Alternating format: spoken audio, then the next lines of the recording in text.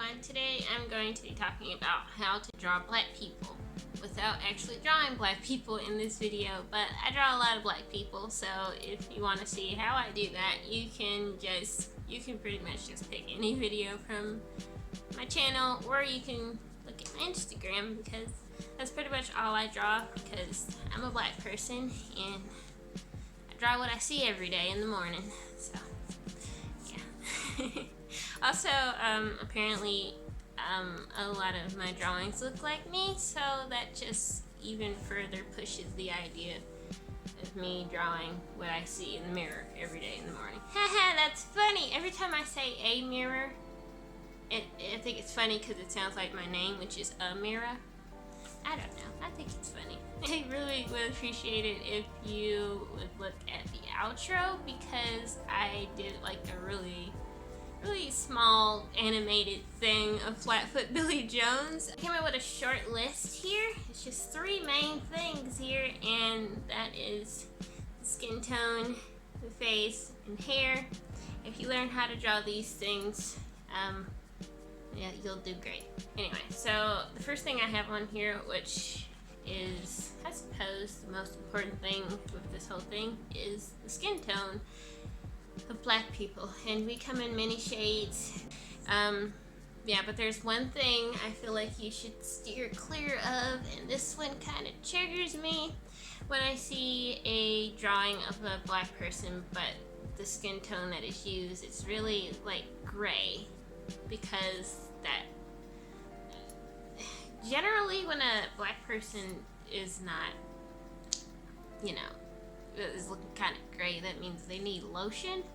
So you might want to steer clear of gray when it comes to coloring the skin of a black person, because yeah, that just means they need lotion generally. But yeah, we come in many shades except gray, so you can just pretty much cover the whole spectrum of colors there, but just like I said, just stay clear of gray and really desaturated browns and greenish browns. I don't know why you would use a greenish brown, but don't use it, please. Also, there are black people who have albinism, which means they don't have any melanin in their skin, and they can look pretty light. I don't know much about albinism, though I do have albinos in my family, but I don't really see them a lot, so that's all I got. Also, vitiligo, black people with vitiligo. I feel like sometimes that can be misused and used as a fashion statement, which it is not. Don't use it as a fashion statement. Like, don't like draw someone with vitiligo and they have an outfit that matches their vitiligo. That's kind of, I would avoid that at all costs. Also, hands. Here's an interesting thing. I don't know if you know this or not. If you're black, you know this, but yeah, my camera doesn't really capture it the way I would like for it to, but the inside of our hands, our palms, and like the bottoms of our feet are not the same color as the rest of us. It tends to be a tad bit lighter, so you can't really, you can sort of kind of see it, but not really.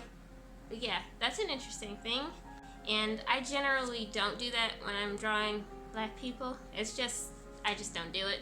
So I was just reviewing the footage, and I just remembered one thing that I forgot under the skin category, and that's blush. Not all black people blush, because the melanin kind of covers that up a little bit, but lighter skinned black people do tend to blush, like myself. So yeah, yeah, I guess you could use blush on a darker skinned person as a stylistic choice, though you wouldn't want to use like a bright pink, because it would definitely not look natural. But well, actually, if you're using like SAI, what you can do is you can get a pink, and you can put the blush on, and you can set the layer to shade and then adjust the opacity, so you can get a pretty good looking blush on there. I don't use a lot of blush in my artwork. I just don't. Sometimes I put it on the nose, and sometimes I do the cheeks, but it's just a stylistic choice, I suppose. Here's one thing. Face. Do not draw a white person and then color them black. No, don't do that. because that can come across as blackface. Don't do that. Our faces, though, can be pretty diverse, and every black person doesn't have your stereotypical big lips, big nose thing, and some black people have monolids, some black people have small noses, some black people have thin lips. It's just, we're so different from each other, yet so much alike, and it's amazing. That's something to keep in mind of. Also, when you're like drawing makeup on a black woman, you might want to be careful with bright red lipstick because that can come across as offensive thanks to blackface. Wow, it's crept up again. So yeah, just be careful with bright red lipstick. Don't do that one. Also, hair. Black people have many types of hair. You have black people with really coily hair. You have black people with really curly hair. You have black people with straight hair. And my nail just broke, and I don't know at what point it happened, but I'm just gonna pretend it didn't happen. Yeah. All black people can't have afros. My afro is really limp, and I can't do the afro thing. Some black people can. So the main thing you have to do is look at reference photos when it comes to drawing black people, because we're just so diverse. I think that's the word I'm looking for. We got a lot going on over here in this corner.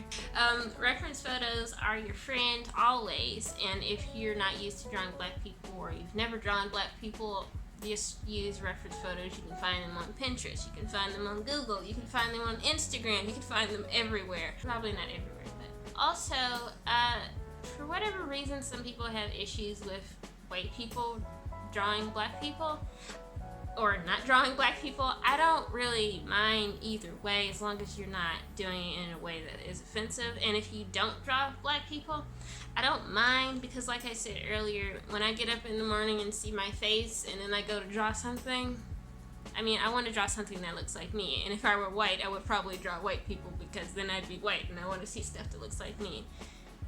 I was watching a video on YouTube, and the lady, she was drawing black lady, and she was so excited because she was talking about how she had never drawn a black person before, and how in her country there aren't really a lot of black people around, so whenever she sees a black person she gets excited. And people didn't like that much, especially since the black person she drew wasn't a very dark-skinned black person. But like I said earlier, black people come in many shades, so I don't see what the whole issue was about. But there are things you can do wrong when it comes to black people, and there are things you should avoid. Thanks to slavery, Jim Crow, and what else? Racism, and other things. So you should tread lightly, but you should also not be afraid to draw black people, and just use reference photos, because those help a lot. This is a different type of tutorial video, I think, because I'm not actually drawing anything.